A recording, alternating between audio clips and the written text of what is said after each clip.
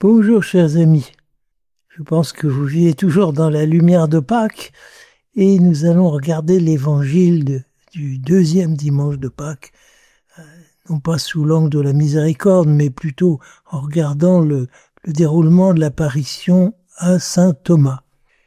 Jésus revint 8 jours plus tard, consacrant ainsi le rythme dominical qui sera celui de l'Église jusqu'à son retour.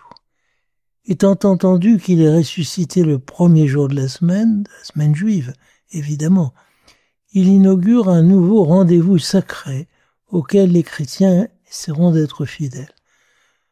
Le dimanche, le jour du Seigneur.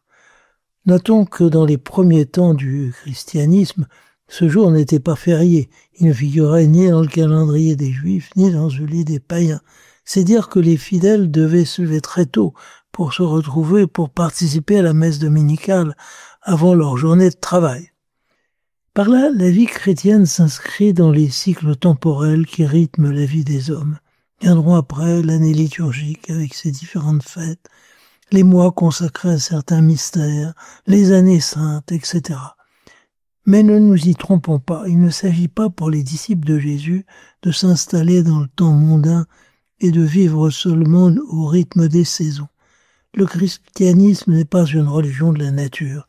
Notre cité, elle est au ciel.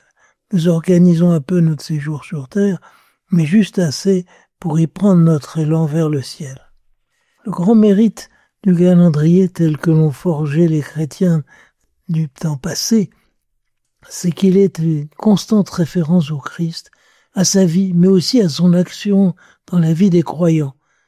C'est dans cette façon que l'on retrouve les saints qui sont tous porteurs du Christ, comme saint Christophe. Nous sommes sans cesse provoqués à nous rappeler cette telle parole de Jésus, tel geste qu'il a posé, telle promesse qu'il a faite, les saints mettant en lumière de leur côté tel trait de la vie du Christ.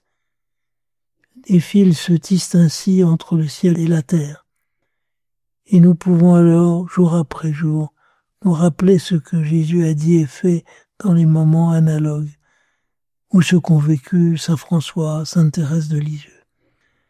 Notre prière ne sera pas seulement imitation de Jésus et des saints, mais elle sera aussi contemplation.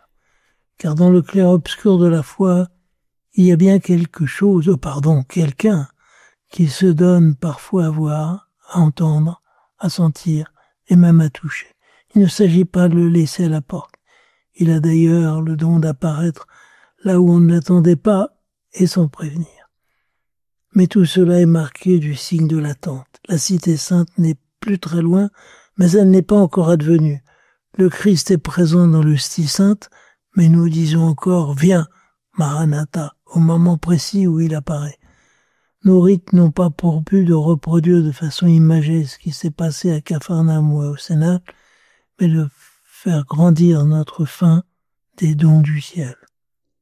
Bon dimanche, à bientôt.